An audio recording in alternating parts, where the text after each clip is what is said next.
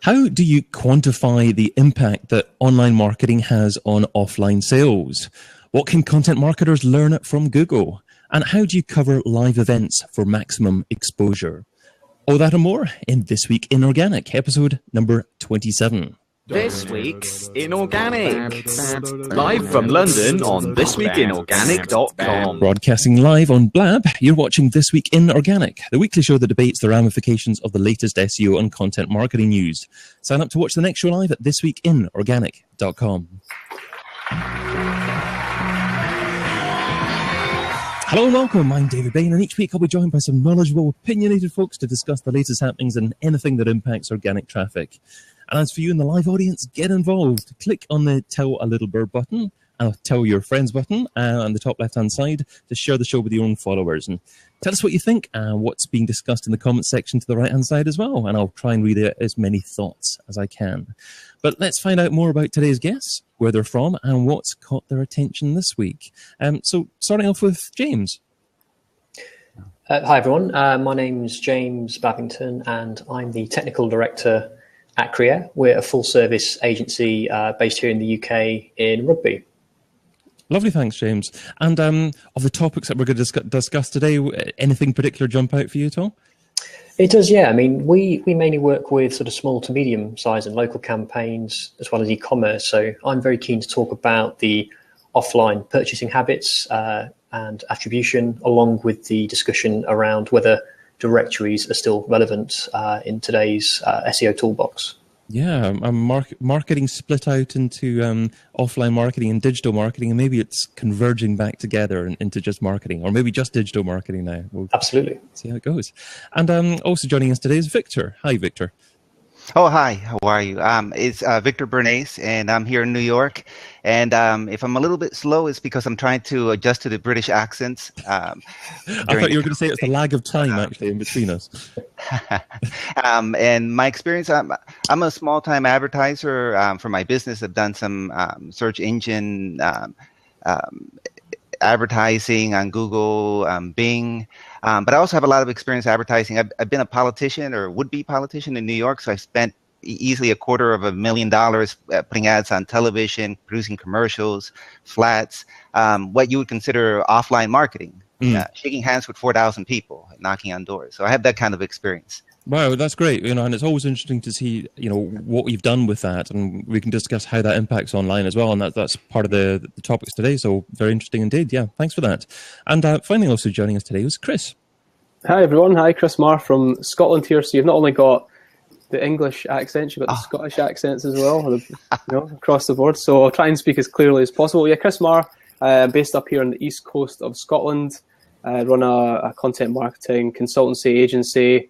And I guess, reference your question, David, we do a lot of live events. So that's probably where I'll be able to kind of bring in some thoughts and some ideas and some opinions, but also interested in all the rest of the topics as well, to be honest with you, because it all comes together at the end of the day. The digital, the offline, it all becomes part of the main marketing mix anyway. So yeah, very interested in today's topics. Thanks for having me along. Great, yeah, thank you, Chris. Yeah, integration is the word of the day, apparently. That's it. Good, yes. Good.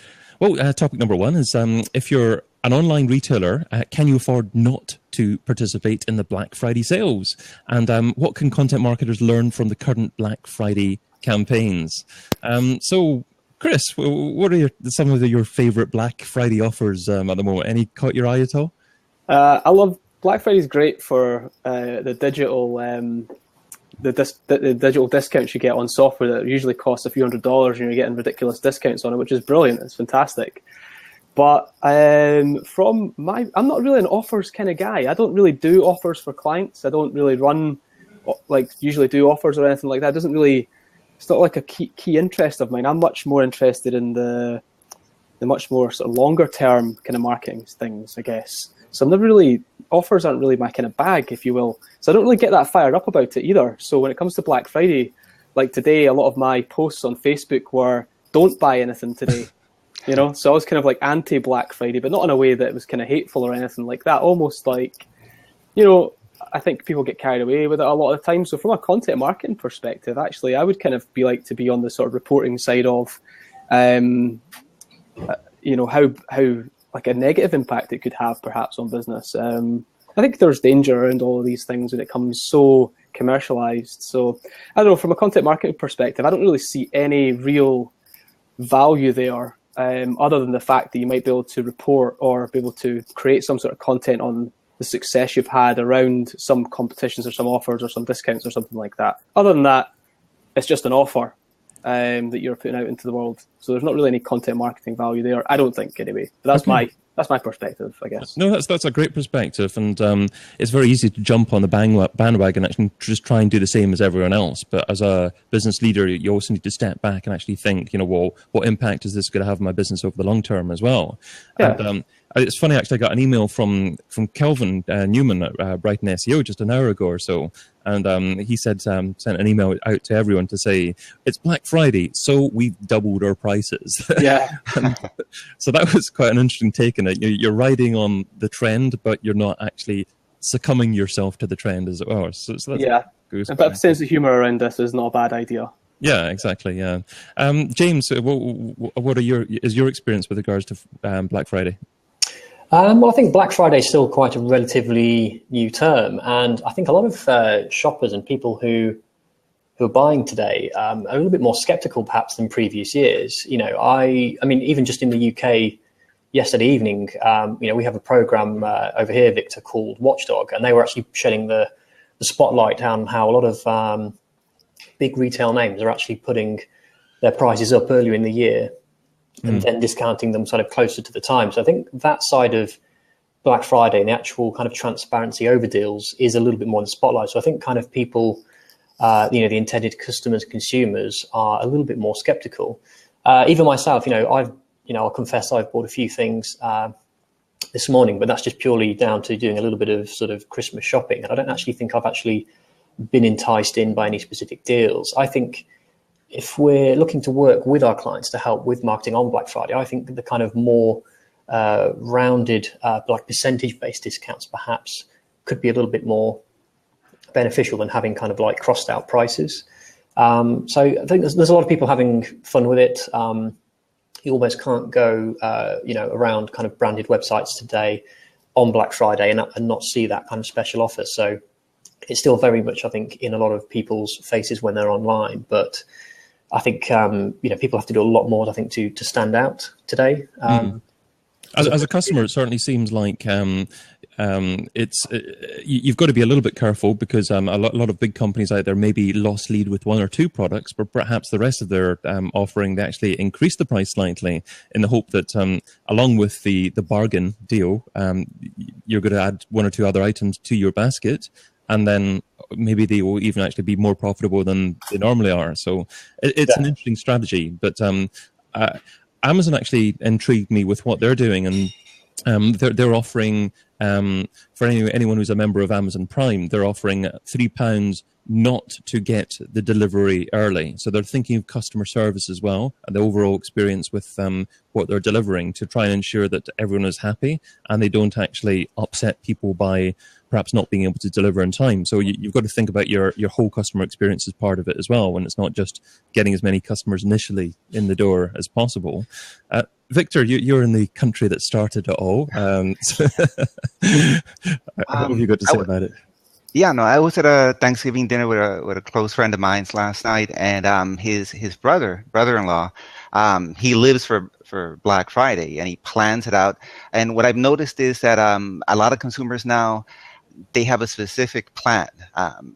There may be deals, he's getting a lot of ads thrown at him, but he wants to buy an iPad for his daughter, and he wants to get the best deal. He researched it, and he's planning on going to Target, and he's going to get a $100 coupon back that he's going to use to buy a keyboard for the iPad, and that's his plan. And he's been, researching it, but he's not going to be buying everything or going in to buy this one object and then get 10 more objects.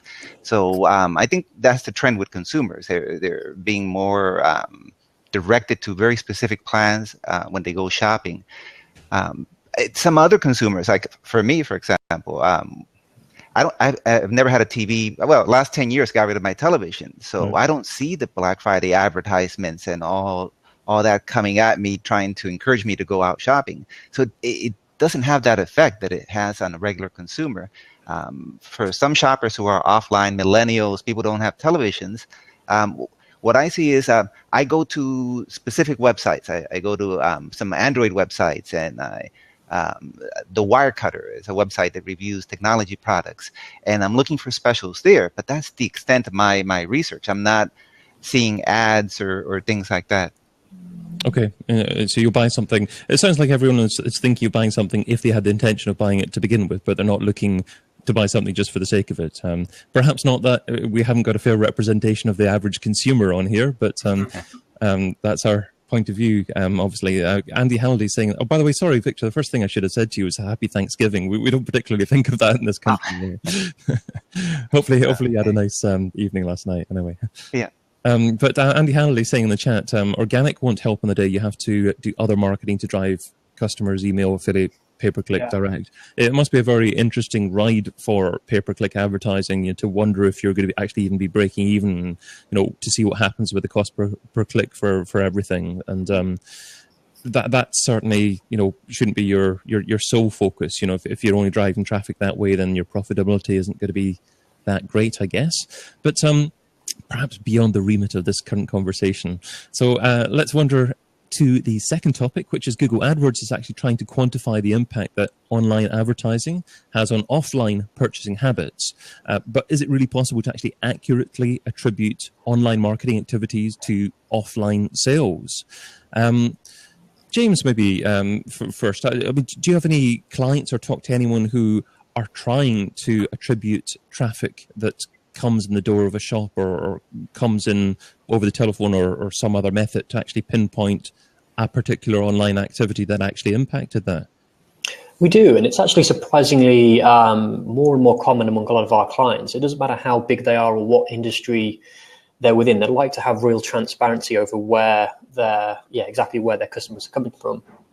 And I think as marketers, aligning a client's sort of budgets and campaigns with regards to which channels are working, it can be increasingly difficult to do so. I think a lot of our clients are currently working through this. I mean, we're working with a very large company based down in London, and they've got a lot of tracking on their website. Any email inquiry or sale that comes through, they've got full visibility. However, one of the key things that they do struggle with is people that simply kind of pick up the phone or literally walk into their showrooms to actually understand exactly where that attribution is coming from. And at the moment, we're encouraging our clients to physically ask their customers where they're coming from, if they are coming in via footfall. But it is obviously difficult. And if you have lots of stuff, that's quite a big infrastructural change that's required that also needs aggregating down into one place so that somebody can make sense of it all. So I think Google are getting there steadily with obviously the sort of telephone tracking that they now offer in AdWords combined with other third parties. We use a company called CallTracks for also getting visibility over organic search telephone leads. I still feel that physically being able to attribute people walking into a store is still going to take some time, but it is interesting to see that Google are taking more steps toward this. Absolutely. And Victor, you mentioned that you'd paid quite a bit of money for advertising, but mostly possibly offline in the past. Have you actually done online as well and tried to attribute that to what you're achieving offline? As a small advertiser, sometimes I feel overwhelmed because there's so many. I always think of it as trying to send too many, like a street performer, too many balls up into the air, and you're trying to not only do call tracking, and then you're trying to do attribute the pay of somebody who, like a code to get who paid you on the purchase from the attribution. You're trying to see where they came from, the geography, what keywords. So after a while, you start getting overwhelmed with all these different things. I think that a lot of these things that Google's always rolling out is designed for very, very large advertisers. Small businesses, the pizza owner on the block, it's just right over their head. I mean, they're not going to do that when they do any Google AdWords advertising. So do you think, Victor, do you think this is a tactic for Google to actually try and justify advertising increasing their pay-per-click that they're actually paying, and saying, look, not only are we bringing in these transactions that are happening online, but we're also impacting this, so you can afford to pay not $20 but $30 per click. Yes, I mean, obviously the more complex it is, the harder it is to figure out, how to be efficient with your research and the AdWords that are working, and so you get into this Cold War kind of scenario where you're bidding up, and you don't know what's working. You do need to have somebody who's like an accountant or a statistician working behind the lines, trying to figure out what is working in your campaigns. And I think that many advertisers, when they talk about content, sometimes, I mean, the most basic content production or advertising is better than all these complex things that you do. I could give you like an example just from what I've done in advertising and politics. This is an example that always blows people away. When you run for political office, you put your name on the ballot, and it just shows up there. And I've done it 4 times. First time I ran, my name was on the ballot, Victor Bernays. That's it. 2% of the vote, 2%. And no, that was a showing. The second time I ran, I changed my name to reflect my full name, which is Victor Armando Bernays. My middle name, Armando. So it's legal. I mean, I had left it out in the first time I ran. The result on the election, 25%. Wow. And obviously other things could have impacted that. How confident... What I was trying to get at is that just changing one word in your name, adding one word, it was the Latino name, and there's a large Latino group in my neighborhood, 50% of the vote, and all of a sudden all these consumers said, oh, I identify with this guy, he's one of us, I think out of pride I'm going to vote for this guy, Bernays. Bernays doesn't mean anything, it's like a French origin, but Armando says he's one of us, I'm going to vote for this guy. Right. And so all of a sudden, I thought about all the advertising, thousands of flats sent out, TV ads, 2% of the vote. From then on in the future, Armando, 25. It didn't matter what I did, didn't put a single ad out, still 25% of the vote. Wow, that's absolutely incredible, and certainly a lesson that you should be split testing everything you do, if possible, if you're driving enough traffic to justify it, obviously, as well. But a great example. Yeah, thanks for that. Chris, with regards to attribution, are you actually trying to define which referring sources of your traffic actually results in actually the sale, the conference purchase, perhaps? And if so, what attribution model do you favor? Do you favor kind of a U shape with more on first touch and last touch, or is it quite tough to justify doing that? Are we still talking about paid ads on this as well? Do you want me to refer that back to AdWords? Yeah. I mean, it's I'm really trying to just define how to attribute traffic, and obviously we're talking about paid ads a little bit, and also offline marketing as well. But take it in a direction that you feel. Yeah. Okay. No, because I had a train of thought in my head, and it was actually for me. It was for a client that we're working with, and I think it might work better actually, because they are kind of doing a lot of the, the main steps they're building over time. Like, so we rewind the clock like 18 months ago, and it was there wasn't any tracking. We didn't know where the customers were coming from. And over the period of 18 months, we've managed to really sort of sharpen up their AdWords and get to the point where we're tracking each step, trying to figure out exactly where the customers are coming from. And I guess, and it's kind of storage and removals, right? So it's not really like an online purchase. Another thing about it as well is it's typically you're only really going to buy once, or not very often. It's not like a repeat purchase, like a pizza, for example. It's not something that you're going to be buying all the time. So I guess my point was going to be something like, we're getting smarter all the time, but we're really focused on measuring only the key metrics. So there's maybe only like 6 or 7 metrics that we're really focused on that we only care about, because the rest is fine. If the other ones are going in the right direction, then everything else should be okay as well. So it's trying to, from a client perspective, they aren't really bothered about the sort of like the minute detail of how to actually do it. In fact, we outsource all our AdWords to a guy that only does AdWords, because we know how specialist that field is. So I want an expert dealing with that, and what I wanted him to tell me is what the conversion rates are, so how many people are visiting our webpage from that ad that are filling in a contact form, and how much does that cost us to get a contact form filled out.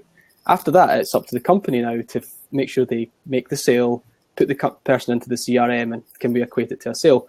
So my point is that I think that using something like AdWords, whether you're using it for whether you're using it to get more customers or not, which you should be, it actually gives you quite good information about how well your website's performing, if you can get the conversions and things like that as well. Even if it does end up in a sale that doesn't happen online, I think it gives you some good information about how everything else is performing as well. So I think it still plays a role in the mix.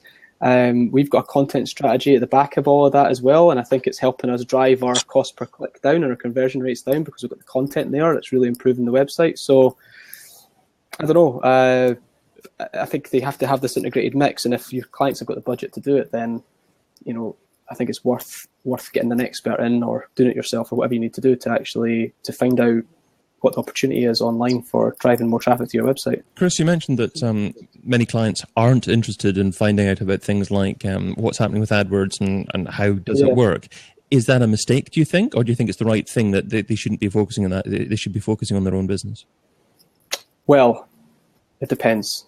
So we've had clients at both ends of the spectrum. One that wants every single detail, graphs, numbers, the lot, that will actually force me to spend a day writing reports. To the other end of the scale, which is like, I trust this guy.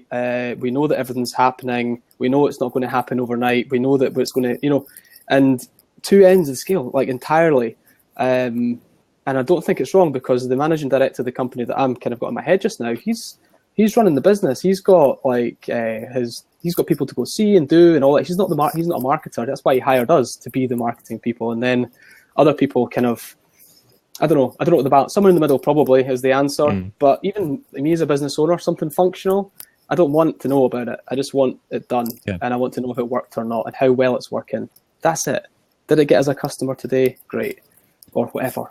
Just the big numbers, please. And then I think that's better I'd rather work with that kind of in that sort of area. But yeah, I don't think it's a mistake. I think it's about knowing which numbers are the most important ones to measure.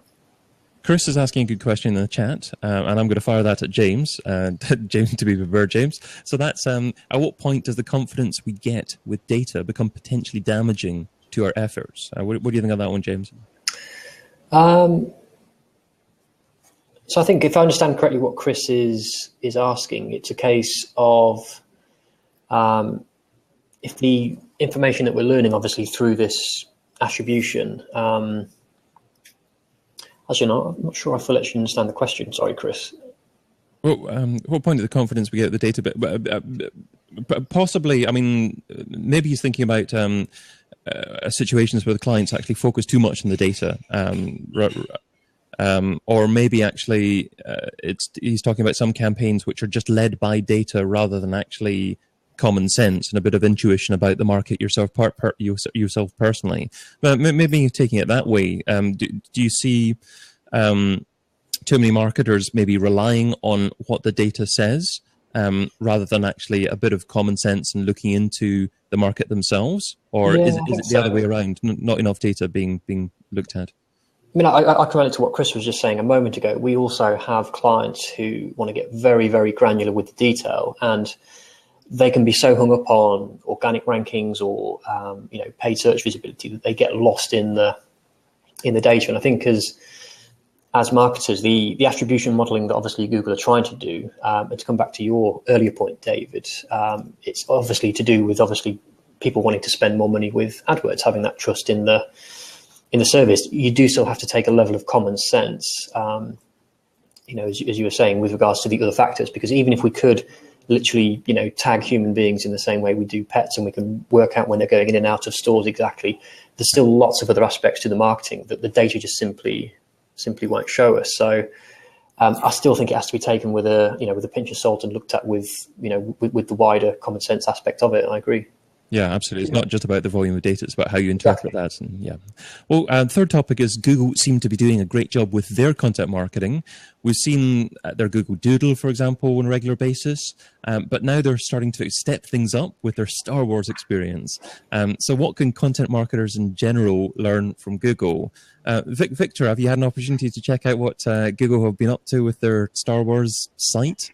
I have followed the link, and it makes sense. I also saw the Business Insider article talking about how it basically gives a topic of conversation to keep Google in the conversation for people at work. Look at the Google Doodle. But it's an old and tried tactic. That's the equivalent of a politician that, a horse gets run over, and then the media is there to cover that, and then all of a sudden the politician is there standing next to the dead horse. This is horrible. We should pass a law against this. You have to prevent, make it safer. So whatever topic is in the news, you try to take advantage of it and get publicity by being right next to that important trending topic. But Google seems to be creating the trending topic by taking these miscellaneous birthdays and events that people don't even think about and doing it in a creative way. So sometimes they take advantage of a trending topic, but sometimes they create one too. Yeah. Is that a great thing to do, Chris, or is that something that Google are encouraging perhaps people to look at the search results, but it's not really tying it back to what Google offers as a company? It's a funny question. It's a really, because my head's going down the road of why would Google ever need to even invest in content marketing, being the actual number one search engine? Is that what they're doing? Are they not doing content marketing? I guess they are, but it's, they can do whatever they want, can't they? It doesn't really matter. They can kind of play around with things to their heart's content if they want to, if they're the number one search engine. I don't know, do they do any advertising? I mean, really? In the grand scheme of things, do they need to? Do they? I don't know. I'm kind of throwing it out there thinking to myself. They do pay-per-click advertising for their own services, yeah. Yeah.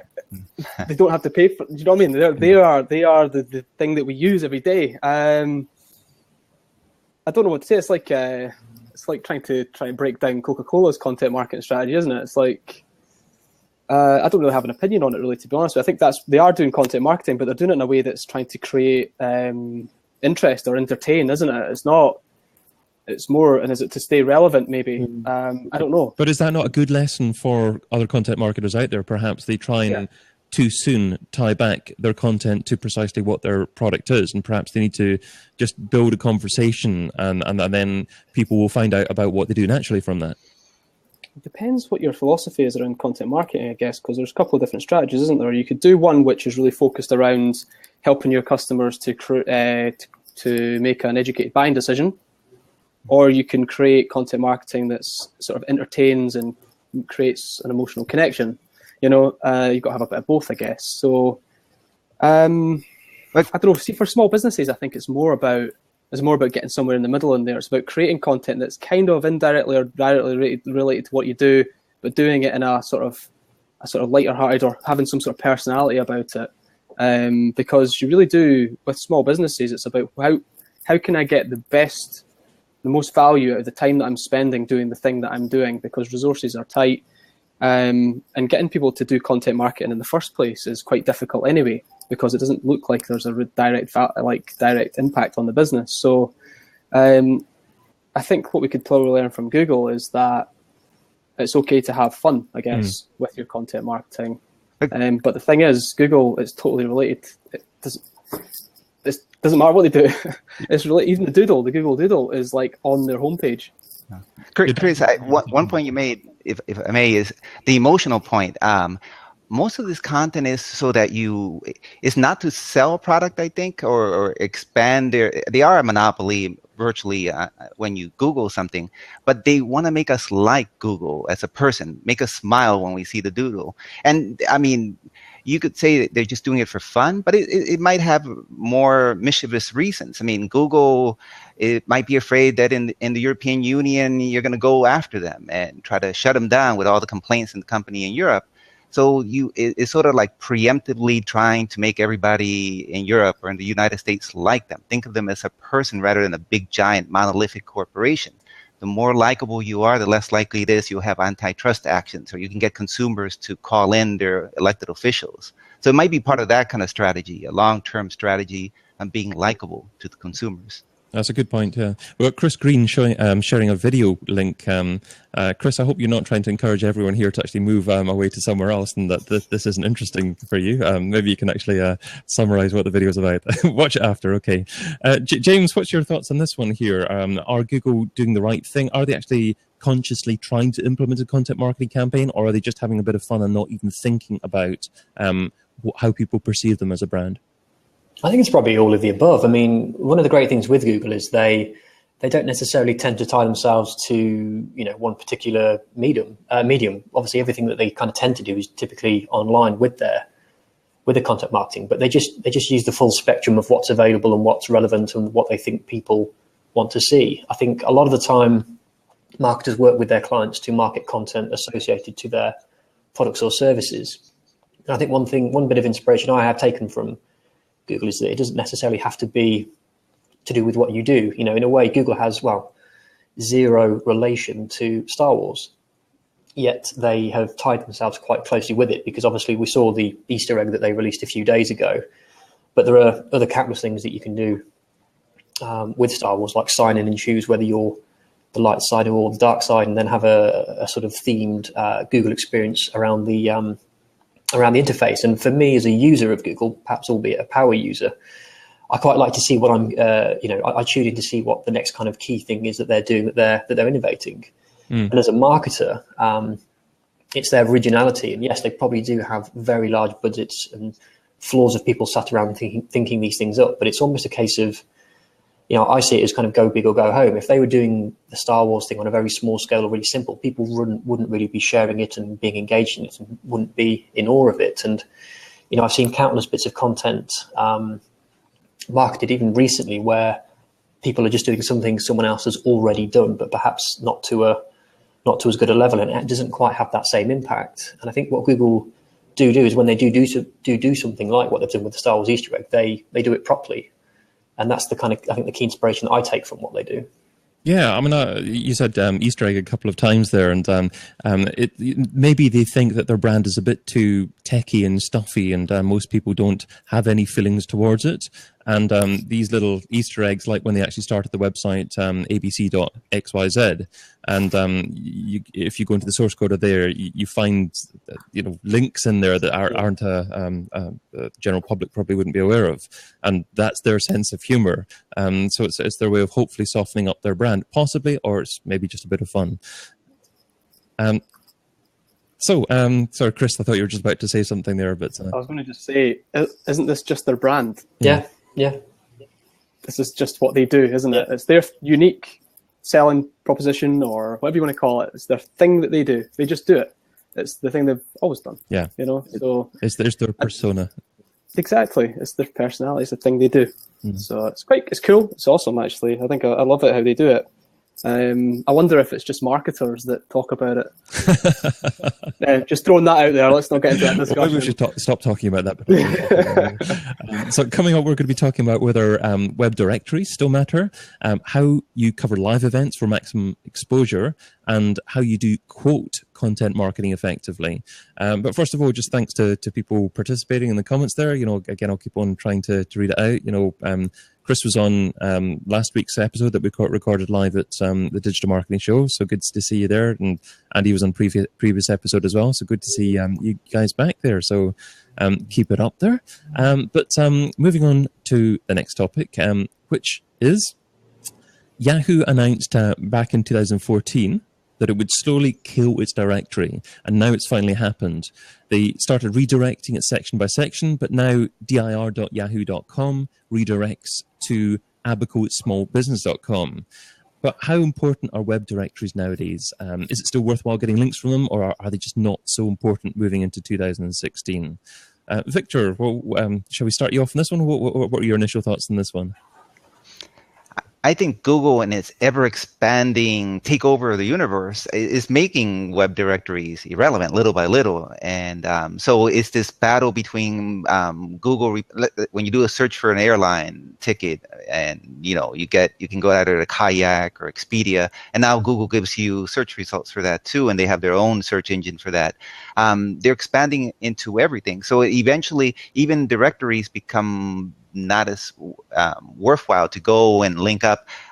When you do SEO, Google index your site without being on a directory, depending on other factors. So it is a part of that trend. I mean, there are other counter trends, people fighting it, where you create like a very valuable one site that gives very specific results that are better than you would in a directory or Google, and eventually those sites obviously get bought out by Google. Are we going to be living in a Google world in a couple of years' time, James? I already am. Yeah. I think a lot of us are, but yeah, I mean, it's a really interesting topic, web directories, because in short, my answer is yes, I do still think it is important. And I think more so as well for smaller and local businesses, because if you were to do a search today, if I was here, my office in Rugby and searched for plumber, the majority of the listings, for any kind of blue collar search, are going to be, a lot of web directories. There's obviously Yellow Pages or Yell.com, Thomson Local, Yelp. These are getting more and more prominence. So does that mean the only important web directories now are local web directories?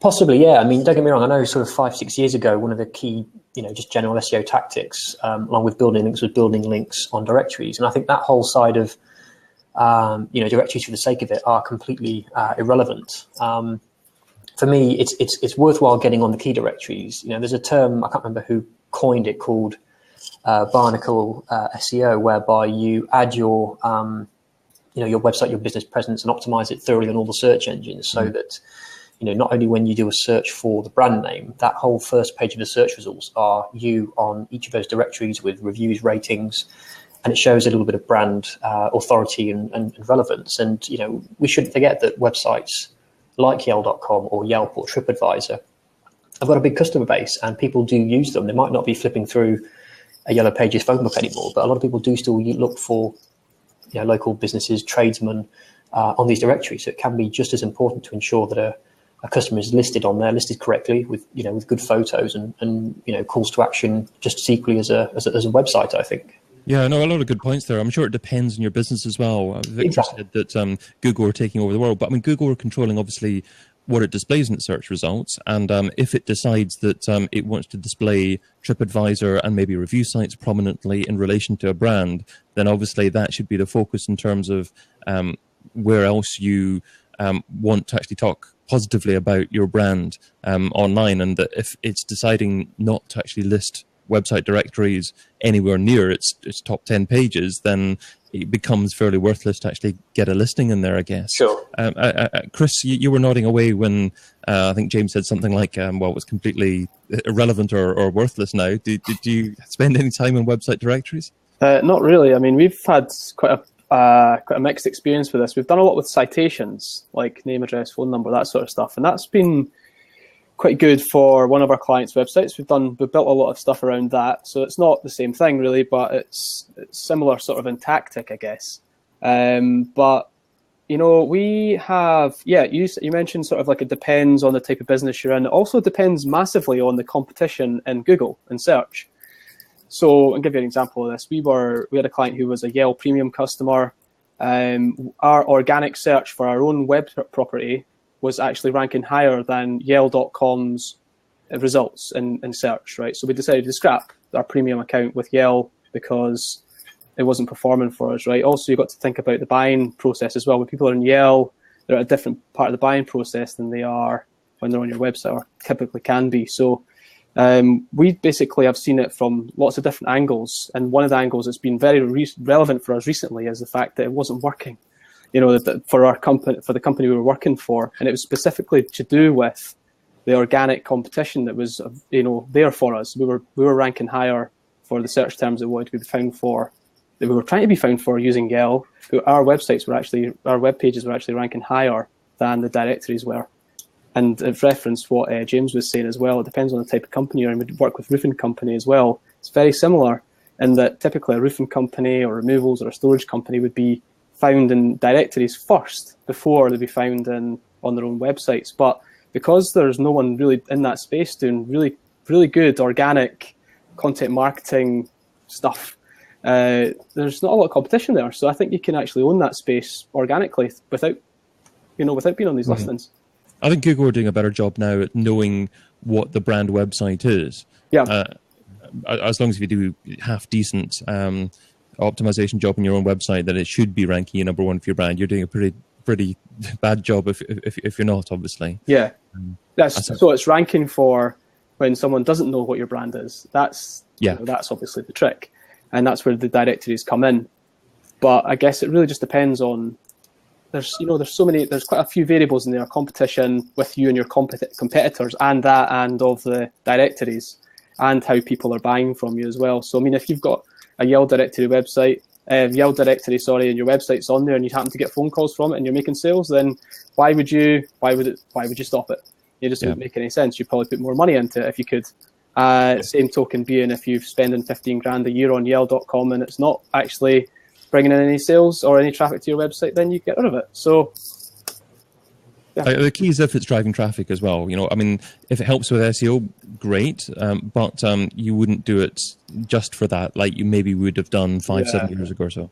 If you're getting really good, if you've got really solid organic search traffic, referral traffic, and Yell.com happens to be like 2% of your referred traffic or something like that, and it's not, you have to weigh it up. It depends. Hugely depends. Absolutely. Well, second last topic is Google have launched an in-carousel content feed for live bloggers.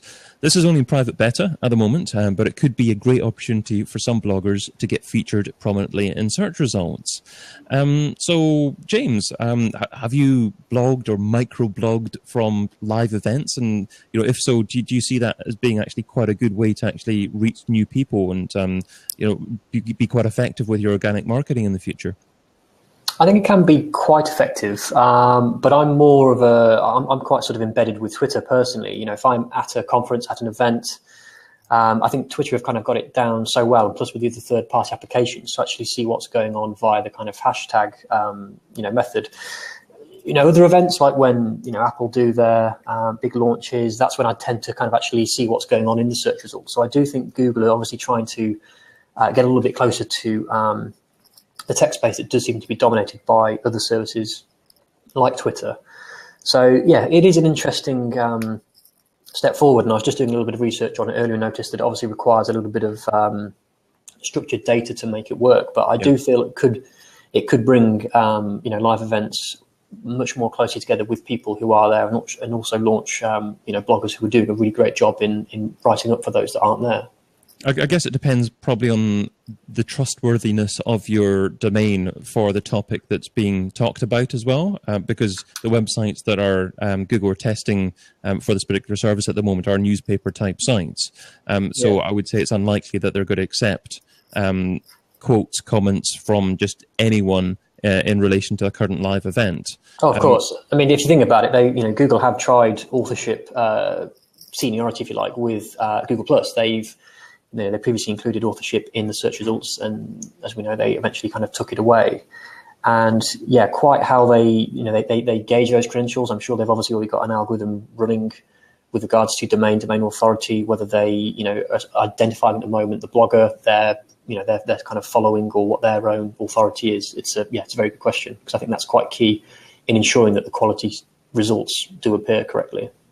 I mean, Victor, is this something that maybe appeals to you a little bit? And perhaps, on political campaigns, if you can provide live blogging updates and get featured prominently in Google, then potentially you could drive a significant amount of traffic for that. Well, it's like anything Google does. I mean, if it's the flavor of the month and you jump on it, like people did with, like James was referring to the author tag, and you jump up to the top of the rankings and you benefit from it, and eventually they give up on it, or if it was a success, will keep it going forever. But I mean, you that's one of the benefits of always being in the know in the industry, looking up for up and coming trends like this and trying to take advantage of it, so that you can get that, at least that temporary pop-up to benefit your business or or your politics, get your branding out there. Or benefit Google, because I remember back in about 2010 or so, Google brought out the caffeine update, and before then they were pretty poor at being able to deliver up-to-date information, and people had started to go to Twitter to get that live information.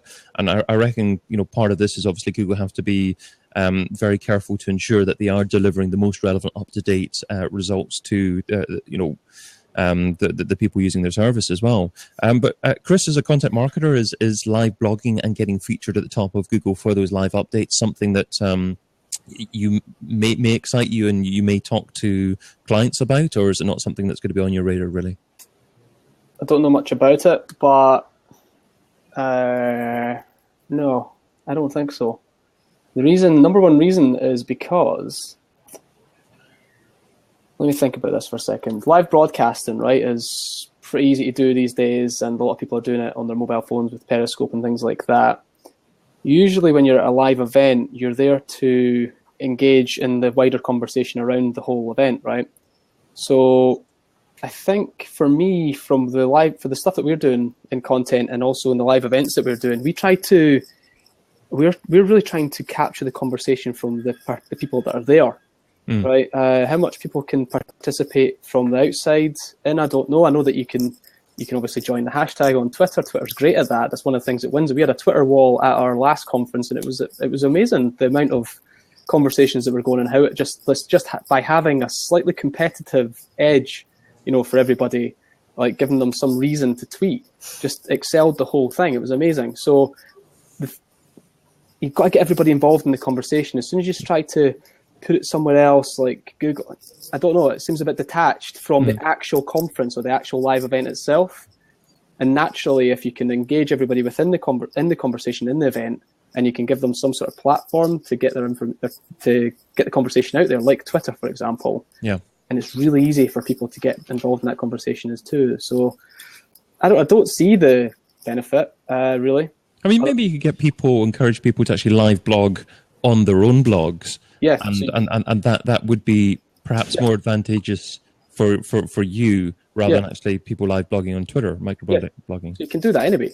And then to actually find a way to syndicate the feed, to actually obviously collate all the blogs that are going to be talking about you, and then add the feed together, create one feed out of it, and perhaps create a live feed at the event. Yeah, I could see the longer term like SEO benefits of that as well. Like if you're doing it through Google and you were doing an event, say every year, it was building and building and building every year. I could see like a huge conversation being built around that, and maybe driving even more traffic to your website over that period of time. So I guess if you're going, and this is the thing that Victor said as well, is like, who knows if it's even worth their time, They might say, this is great, let's do it. And then like 6 months down the line, they may say, it's not working, we're going to exit now. And it's time. So it's like, sticking to like a platform that's really highly engaged already is always a good idea, especially if you're doing events. And it's got to be easy. It has to be easy for people. It's got to be frictionless almost. Yeah, it comes back to doing things for traffic and hopefully having SEO as a side benefit, but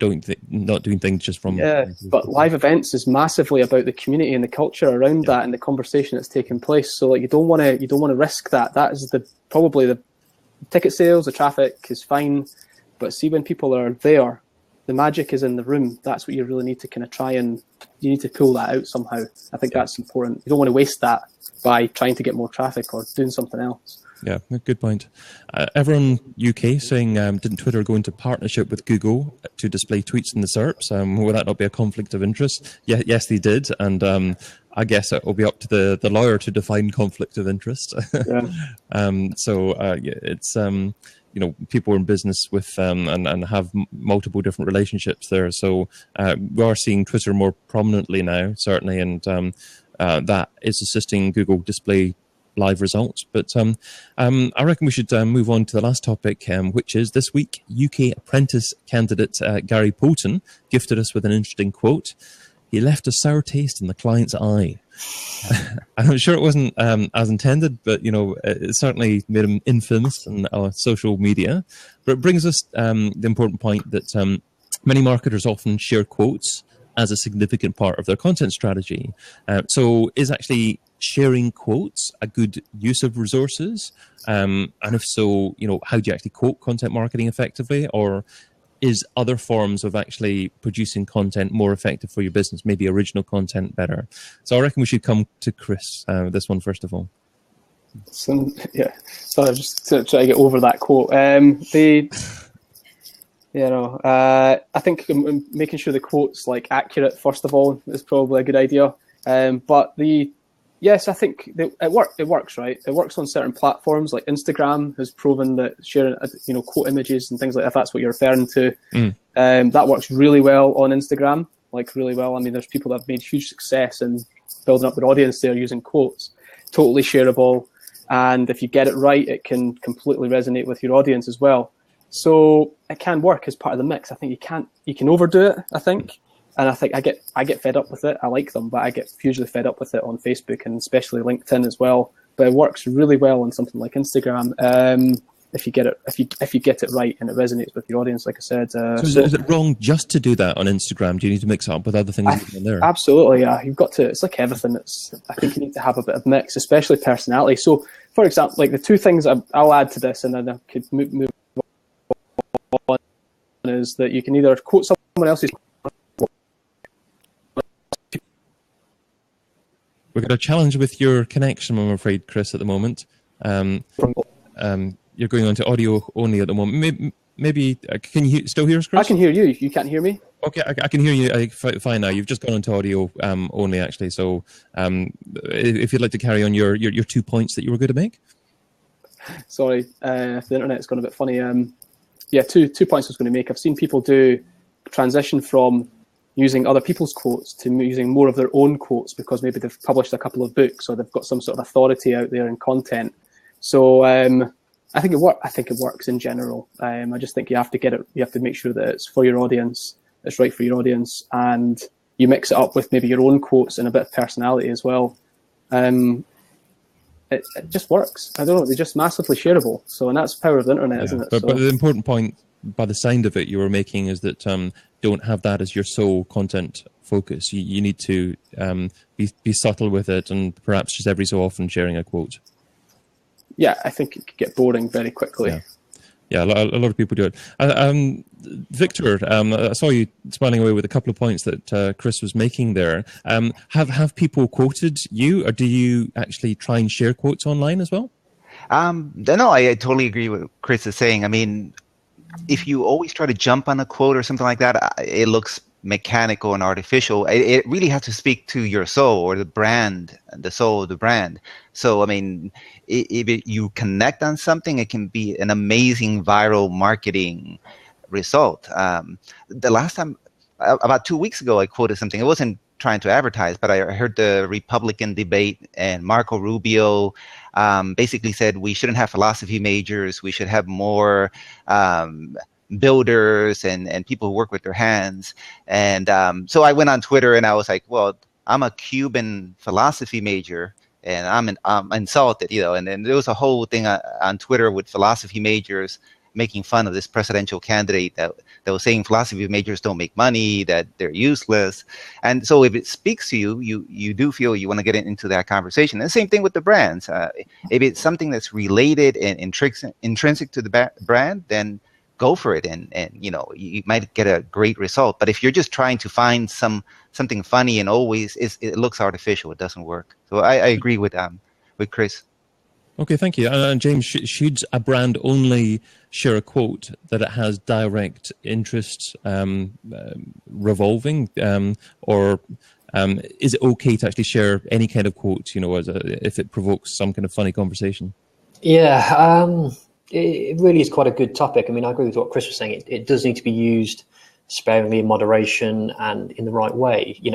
Humor, satire, stupidity, those kind of things are always going to gain interest and attention when you see them on your Facebook timeline or on Twitter. I think they just have to be relevant, because if somebody's obviously just quoting something and there's no meat behind the bone when they actually come through, then you're potentially causing more harm than good. I mean, I think quotes work better or work really well when you're looking for affirmation of a point you're making. So if you're talking about an idea or concept, and you can put a little quote with an authoritative name underneath it to kind of reinforce the point you're making, that can work just as well.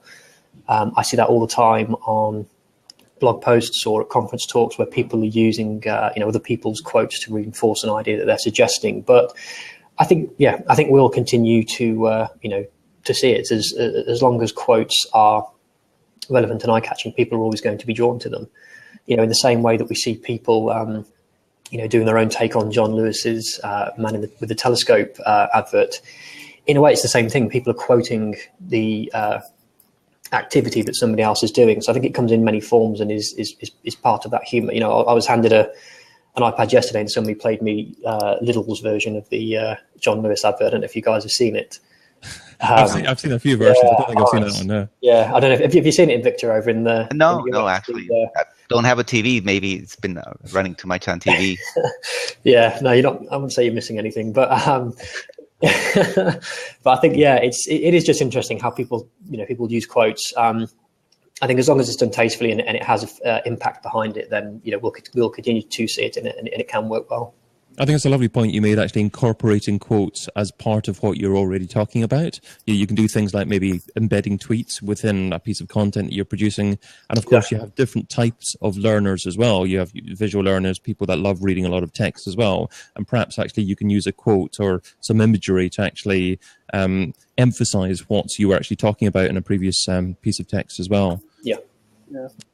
It's the narrative. It's your ongoing narrative throughout your social content, your brand, the stories, the actions. It's the whole thing. It has to just be relevant, doesn't it? Like all of us have said it. That's why I think that's when it can work really well. Absolutely. Well, I reckon that just about takes us to the end of this week's show. So just about time for a single takeaway from each of our guests and some sharing of find out more details after that. So shall we start off with Victor? Oh, well, thanks for having me on. This is Victor Armando Bernays, and, I hope you enjoyed my comments, and, hi to everyone to England from New York. Oh, it's great having you on, Victor, yeah. And if you had one takeaway from what we've discussed so far actually to share with everyone, what do you think people should actually maybe think about and perhaps implement within their businesses? I think in content marketing or advertising, the most important thing is like I was referring to, the basics. Sometimes the smallest change on your website or on your ads, it could be a different word. Like I was joking with my name, Victor Bernays or Victor Armando Bernays, can have a significant effect. As you were saying, A and B testing is important. One or two small changes can have such a great impact that's bigger than any call tracking or off content tracking of people coming to your store. So the basics, go back to the basics. Great point. Thanks, Victor. And also with us today was James. Thanks, David. So I was James Babington from Creare. I think, based on the topics we've been discussing today, I guess my top tip would be, don't do something for the sake of it, whether it be content marketing for Black Friday or using a quote or integrating, the new sort of live blogging information. There's a lot of stuff going on in the industry, and just concentrate on the things that matter most and can have the biggest impact first.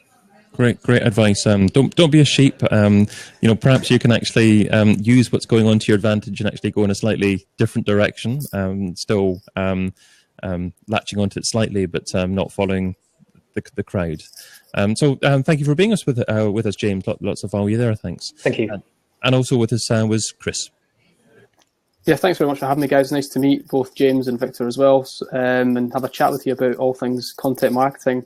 You can get me at ChrisMarr101 on Twitter, and if you want to take the conversation there, that'd be awesome. I think the biggest takeaway for me is, two things. One, just really focus on your audience. I think that's the key thing, is to really get closer and closer to the audience as much as possible. I think marketing it's hard, but it gets a lot easier when you start to understand who you're actually trying to communicate with.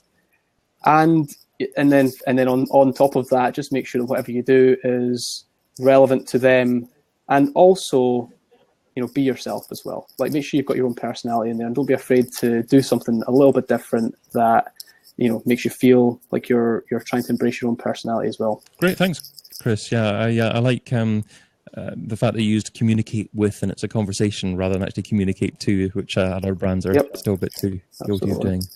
And I'm David Bain, Head of Growth at Analytics SEO, the agency and enterprise SEO platform with big insight. Sign up for a free demo of our platform at analyticsseo.com. And you can also find me interviewing online marketing gurus over at digitalmarketingradio.com. Now, if you're watching this show as a recording, remember to watch the next episode live. So head over to thisweekinorganic.com and be part of the live audience for the next show. But for those of you watching live, we also have an audio podcast of the previous shows. So just sign up to the email updates at thisweekinorganic.com and you'll receive the podcast links from there too. But until we see you again, have a fantabulous weekend, and thank you all for joining us. Adios, and thanks again to Victor, James, and Chris. Great show. Take care.